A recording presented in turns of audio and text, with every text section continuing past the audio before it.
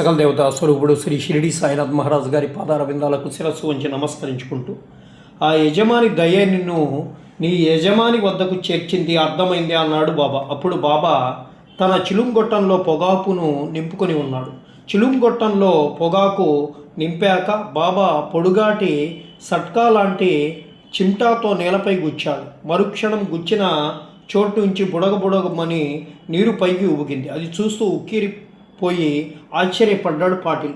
చిమ్టాతో గుచ్చితే గంగ ఎలా వచ్చింది? ఆ నీటిలో గుడ్డని తడిపి పిండి ఆ గుడ్డని చిలుంగొట్టం చివరన చుట్టారు బాబా. తరువాత తన చేతి కర్ర లాంటి సట్కాతో నేల మీద కొట్టారు. మరుక్షణం అక్కడ ఎర్రటి నిప్పు కణికలు ప్రత్యక్షమైంది. అది చూస్తూ నిశ్చేష్టుడయ్యాడు పాటిల్.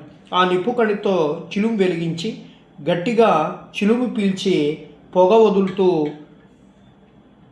తన్మయత్వంతో ఏదో స్మరించాడు బాబా. పాటిల్ భక్తి భావోద్వేగాలతో ఊగిపోతూ, నువ్వు సామాన్యుడి కాదు అని చెప్పి పంచభూతాలను ఆగ్లాపించగల ఆ భగవంతుడి నువ్వు అంటూ బాబా పాదాలకు ముందు మోకరిల్లి పాటిల్ అల్లాయే ఈ రూపంలో అవతరించాడా ఏమో అని చెప్పి అతను ఆశ్చర్యంగా బాబా వైపు చూశారు.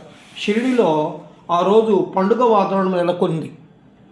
ఊరంతా ముగ్గులతో రంగవల్లు దిద్ది మామిడి తోరణాలు అలంకరించారు. అందుకు కారణం ఏమిటంటే, 1 సంవత్సరం క్రితం ధూప్గామ్ నివాసి చాంద్ పాటిల్ మేనల్లుడికి షిరిడిలోని వధువుతో వివాహం నిశ్చయమైంది. కానీ అర్ధాంతరంగా ఆ వివాహం ఆగిపోయింది. ఏడాది తర్వాత హఠాత్తుగా పెళ్లి ముహూర్తం నిశ్చయించి ఆడపెళ్లి వారికి లగ్న పత్రిక పంపారు పాటిల్.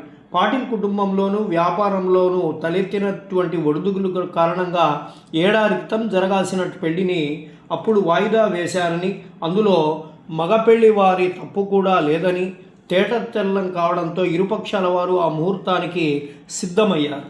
ఆ ఉత్సాహంతోనే ఆడపెళ్లి వారు ఊరంతా అలంకరించారు.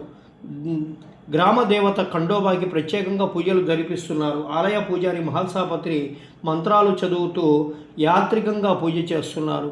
అతడి మనస్సు ఎందుకో కల్లోలంగా ఉంది. అతడికి మిత్రులైనటువంటి కాశీరాం, అప్పా జోగ్లే ఆలయం బయట అరుగు మీద కూర్చొని ఆ పెళ్లి విశేషాలు మాట్లాడుకుంటూ ఉన్నారు. ఈ ఆడపెళ్లి వారి అలంకారాలు, హడావిడి, ఆర్భాటాలు చేస్తుంటే మన ఊళ్ళోకి మగపెళ్లి వారు వస్తున్నారా లేక ఎవరైనా దేవుడు వస్తున్నారా అనిపించేటట్లుగా